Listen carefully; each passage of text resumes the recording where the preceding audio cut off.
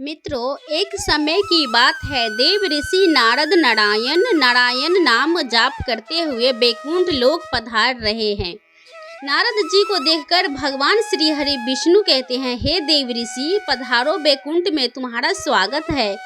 आज अचानक ही बैकुंठ में आने का क्या प्रयोजन है?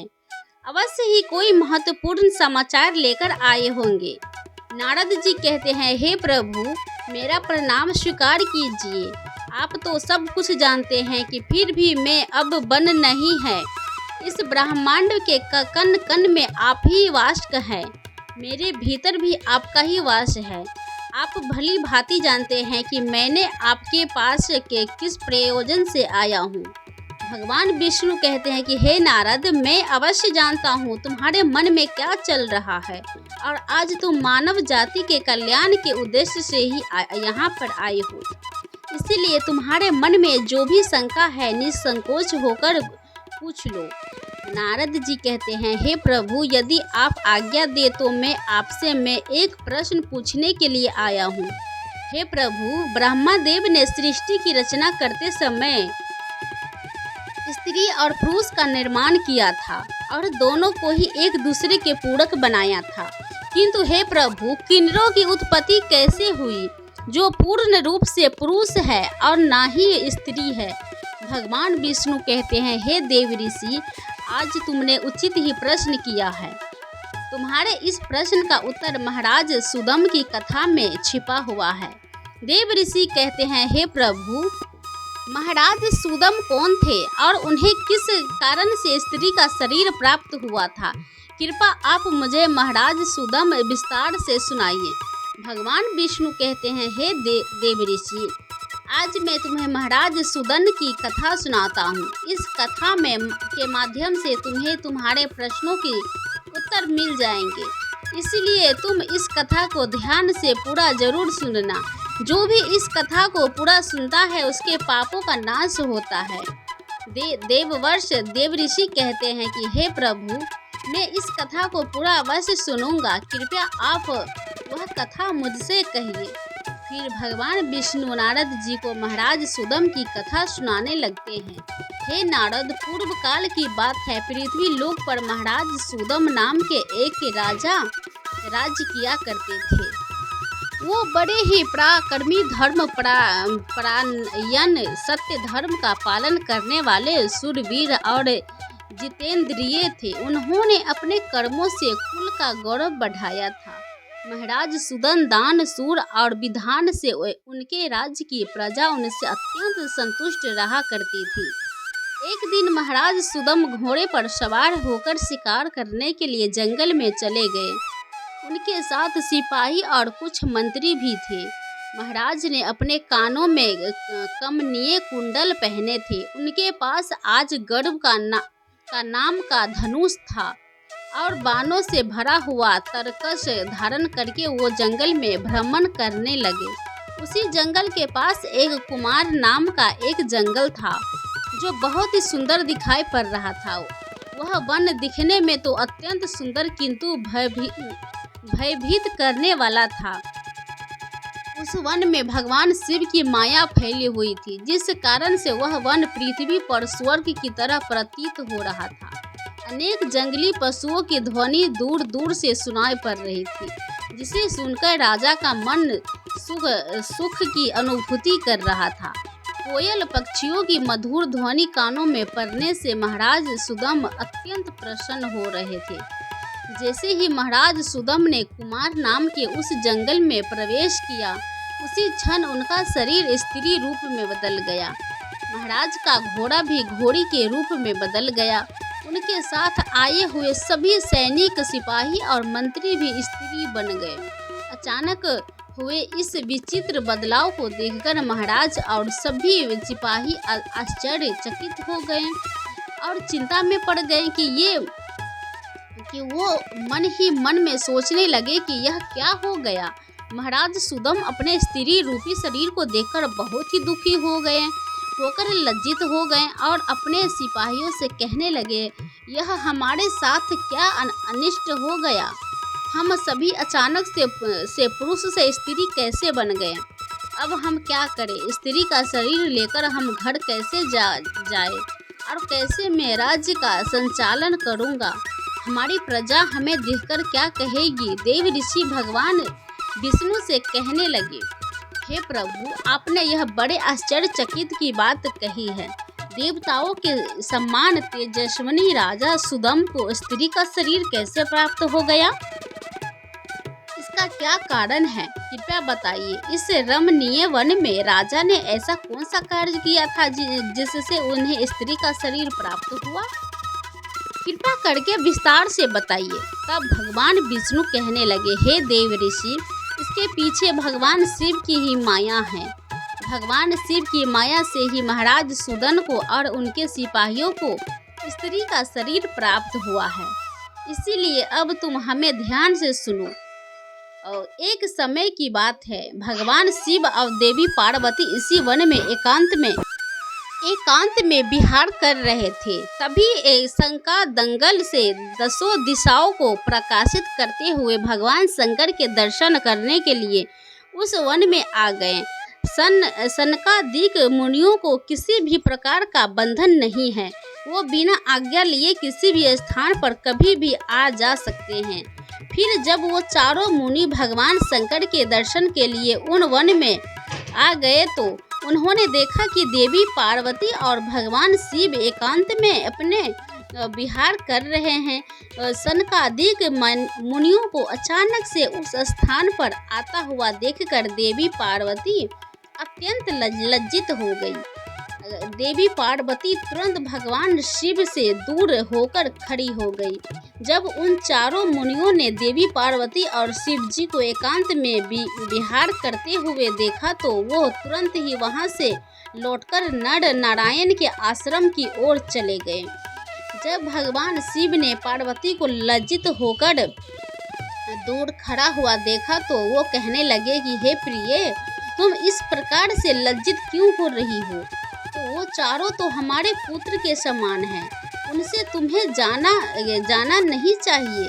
देवी पार्वती कहने लगी, हे प्रभु, स्त्री को अपने पुत्र के सामने भी कभी पति के साथ विहार नहीं करना चाहिए।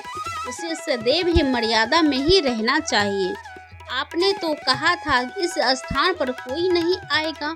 फिर हमारे एकांत में विघ्न निर्माण करने के लिए यहाँ चारों मुनि कहाँ से आ गए?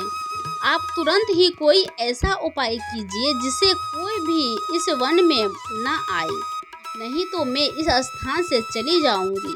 तब भगवान शिव ने कहा कि प्रिय, ठीक है, तुम्हारे इस दुख को दूर करने के लिए मैं अभी उपाय करता हूँ। प्रिय, आज से ही इस वन में कोई भी पुरुष भूल से भी आ जाएगा तो वह स्त्री हो जाएगा। हे देव ऋषि, उसी दिन से जो भी उस वन में जाता है वह स्त्री बन जाता है। जो लोग यह जानते हैं कि उस वन में शिवजी की माया फैली हुई है वो भूल से भी उस वन में नहीं जाते हैं। किंतु महाराज सुदम इस बात को नहीं जानते थे और वो अज्ञातवश अपने सिपाहियों के साथ उस वन में चले गए और शिवजी के माया के प्रभाव में आकर उनका पुरुष नष्ट हो गया और वो सभी स्त्री बन गए। स्त्री का शरीर प्राप्त होने के बाद महाराज लज्जावश घर नहीं गए और उसी वन में इधर उधर भटकने लगे। स्त्री तत्व प्राप्त होने के कारण उनका नाम लज्जा ईला पड़ गया। इस प्रकार से महाराज सुदन ईला के रूप में वन में अपने सखियों के साथ इधर उधर भटकने लगे। एक दिन वो सभी वन में सुंदर जलाशय के पास खेल रहे थे। उसी समय चंद्रमा के पुत्र बुध उसी स्थान से गुजर रहे थे। उनके स्त्रियों के साथ भ्रमण करती हुई उस युवती ईला को देखकर चंद्रमा के पुत्र बुध उस पर मोहित हो गए। उस इलाके सुंदर तथा मनमोहक रूप को देखकर बुद्ध जी मंत्र मुग्न हो गए और उसी क्षण उनके मन में उस इला को पाने की इच्छा प्रकट हो गई। जब इला ने भी बुद्ध जी का सुंदर रूप देखा तो वो भी बुद्ध जी पर मोहित हो गई और उनके अपना पति बनाने के लिए व्याकुल हो उठी। इस प्रकार से इला और बुद्ध दोनों ने एक दूसरे को देखकर अपना प्रेम प्रकट किया परस्पर अनुराग के कारण उन दोनों ने विवाह कर लिया और कुछ दिनों में उन दोनों के बीच में संयोग हुआ कि फिर बुध ने इला के गर्भ से एक संतान को उत्पन्न किया जिसका नाम पूर्वा रखा गया, जो आगे चलकर चक्रवर्ती सम्राट हुआ। पुत्र को जन्म देने के बाद भी वह इला उसी वन में रहने लगी। फिर एक दिन इला अपने पहले ही पुरुष रूप को याद करके चिंता करने लगी। तभी उसने मुनि श्रेष्ठ वशिष्ठ जी का स्मरण किया।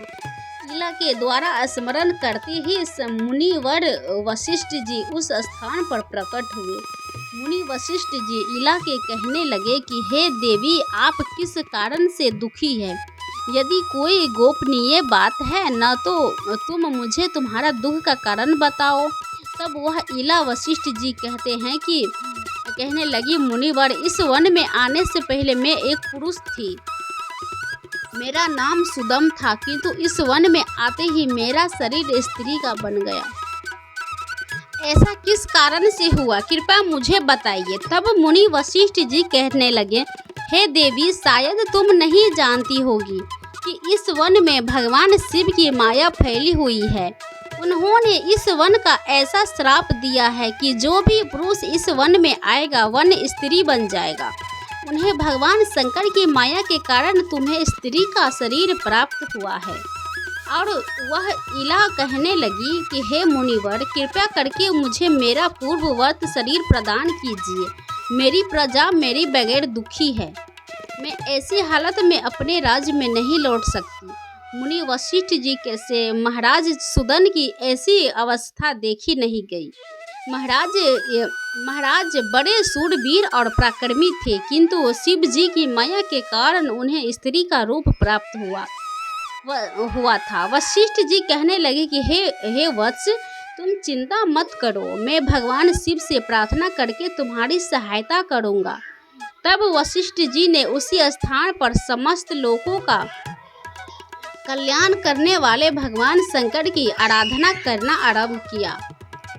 भगवान शंकर जी वशिष्ठ जी की आराधना से अत्यंत प्रसन्न हुए और साक्षात उन्हें दर्शन देकर कहने लगे, हे मुनिवर, मैं आपकी भक्ति से अत्यंत प्रसन्न हूँ।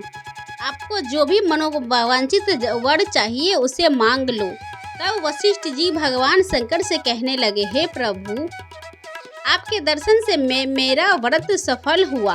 भोलेनाथ, मेरी बस यही कामना है कि आप मेरे शिष्य महाराज सुदन को पुनः पुरुष बना दीजिए। फिर शिवजी ने कहा, हे मुनिवर, मेरी ही माया के कारण सुदम को स्त्री का शरीर प्राप्त हुआ है और इसीलिए मैं ही इसे पुरुष का शरीर प्रदान करता हूँ।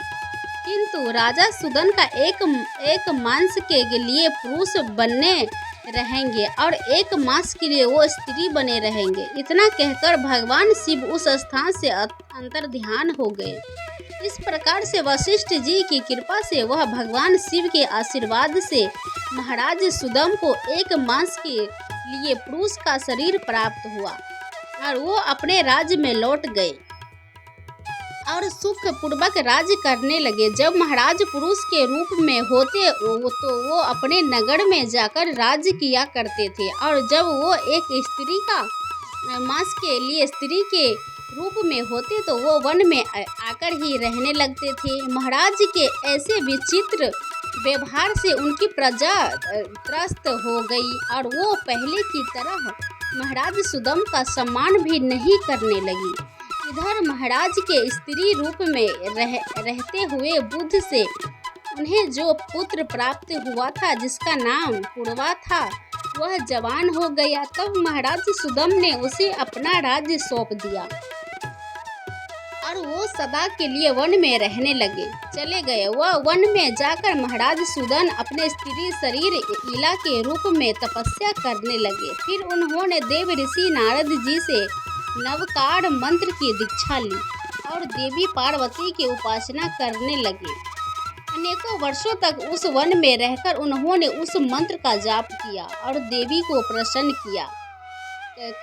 कर लिया। तत्नंतर भक्तों का उद्धार करने वाली जगत जननी भगवती पार्वती ने उन्हें साक्षात दर्शन दिया उस समय देवी सिंह पर आरूढ़ होकर उनके सामने खड़ी हो गई। देवी को अपने सामने खड़ा हुआ देखकर ईला ने उन्हें नमस्कार किया और उनकी प्रस्तुति करने लगी। जगत जननी, मैं आपके चरण कमल की वंदना कर रही हूँ, कृपया करके मुझे इस शरीर से मुक्ति प्रदान कीजिए। तब देवी ने उस पर प्रसन्न होकर कहा कि हे ईला, आज तुम्हें स्त्री शरीर से मुक्ति मिल जाएगी और तुम परम पद को प्राप्त कर लोगी। देवी के इतना कहते ही ईला ने अपने शरीर का त्याग किया और परम पद को प्राप्त कर लिया।